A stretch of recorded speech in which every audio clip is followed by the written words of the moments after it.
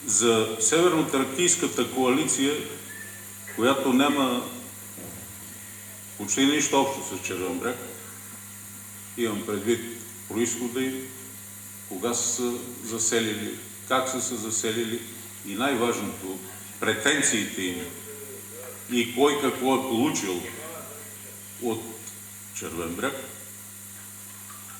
Смятам, че това им е лебедовата песен.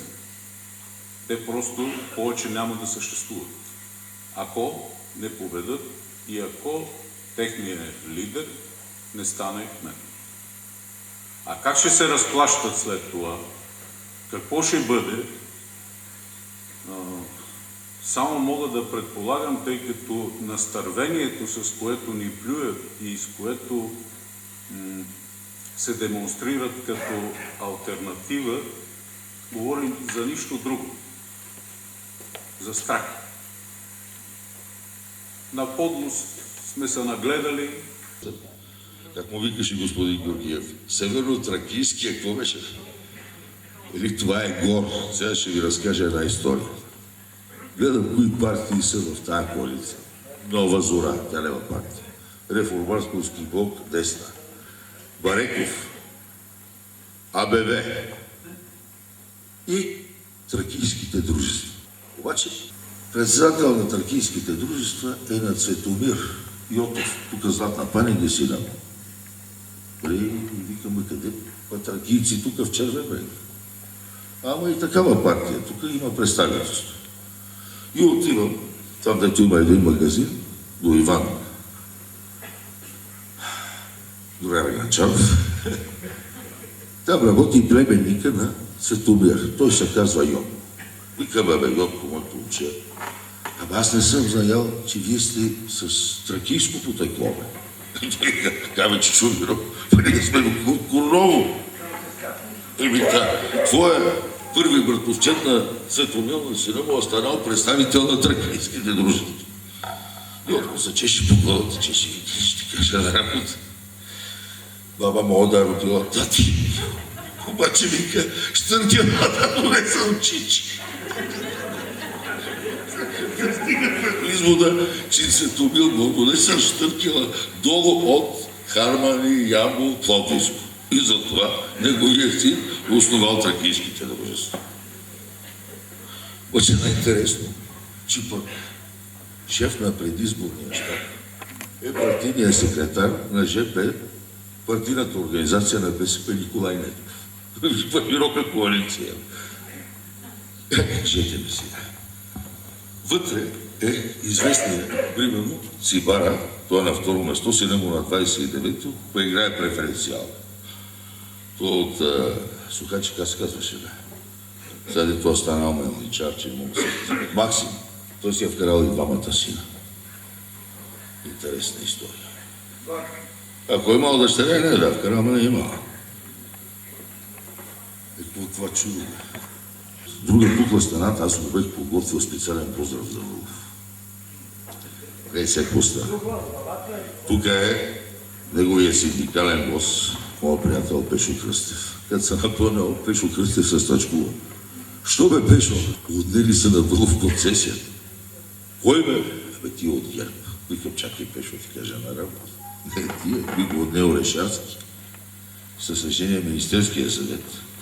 Чивалов, откато взел концеста, добива глина, не е платил 1 лев. Тия папки са документите. За да ги чета, който иска, може да се запозна. Обаче, като ги лъже и като ги фръгат тия работници в въздуха, и те щъчкуват пред полицията. Тя полицията е видела документите. Обаче, той има един гаден Макавеев общински съветник, го включи главата. Абе, ние имаме 12% общинско участие.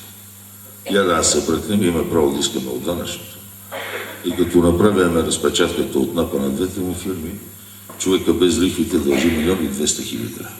Това са ми внесени осигуровки, данък общ доход, здравни осигуровки. Обаче виж колко е комбинативен. Хвърля ги за концесията, където има нарушение. Тие тичат, за да покрие основното, невнесените данъци. И като получихме разпечатката, И тя, знаеш от кое? Тя не отдалечно. Подписана от, дето му викат съдия изпълнител и сега модерното публичен изпълнител. Няма керамичен. Има го е така, но реално керамичният вече е собственост на държавата. Това е положението. Те са там, които искат да ги види. Обаче има нещо, което аз 4 години, 3 години събора. Получихме едно писмо от фирмата Global Management Ventures, това е в началото на това мандат, който мина, че общината не е акционер в това дружество. И ние се очуваме къде е акционер, като участваме с 4000 декара земя. 3500 гори, 500 декара земя. Пълномощник и представител в дружеството, под негово искане и гласуване. Стана инженер, кибернетик, Рогер Авротов. Сега не мога да говоря, аз съм видял следствие, което има не е приключило. Един документ е подписал и общината не е акционер. Фактически тия 3500 декара земи, обработваеми 500 декара, вече не са собственост на това дружество. Обаче аз имам така опит с работа адвокати, добре, така в годините осъдихме Циганина, Болтигруп, Дарометал, създал съм един добър екип и като ги подбрах с моите адвокати, кой в апелативен съд, в окръжен възстановяване, в апелативен. Обаче ме изработиха, че чака за след изборите да е в Върховен съд. И естествено, че лицето Даниил Вълов ще иска да стане кмет, за да може да изтегли, да спре делото. Той затова направил това северноатлантически, тракийско-мизийски пакт. Последната му изява е, целият град знае, че му дадохме мерата 40 декара да строи завод. Нов керамичен, модерен. Той направи една замянка. Замянката е следната. Купил земя тук 300 метра, там декар, там около 40 декара. Разпокъсан из цялата община. Той е замени с масив 40 декара горе на мерата, като ще строи завод. Ако той не построи завод, трябва да върне земята на общината. Обаче, явно го влече търговията, продал земята. Не ги лезе на жена му. Баба, там на твоята кумшинка. Виж, богата ме извадила пари, купила 40 декара. Его, този човек, освен с престъпление, с друго може да занимава. И вика, Макавеев го омрази, той има отношение към него. Да го прегърне, да го целумни, че краде. Или оня 1,28. Да му не споменава името. Аз, ако ме гледа татко отгоре, да му каже, че избърка. Трябваше го вкарам в затвора, баща ме накара. И неговите приятели, като Ицо Ангелов, Васко Бог да го прости. Абе, Мишо, не дейше. Там му беше местото, го вкарам да поседи и да не прави сега тия еквилибристики. И за това компромисът трябва да се прави.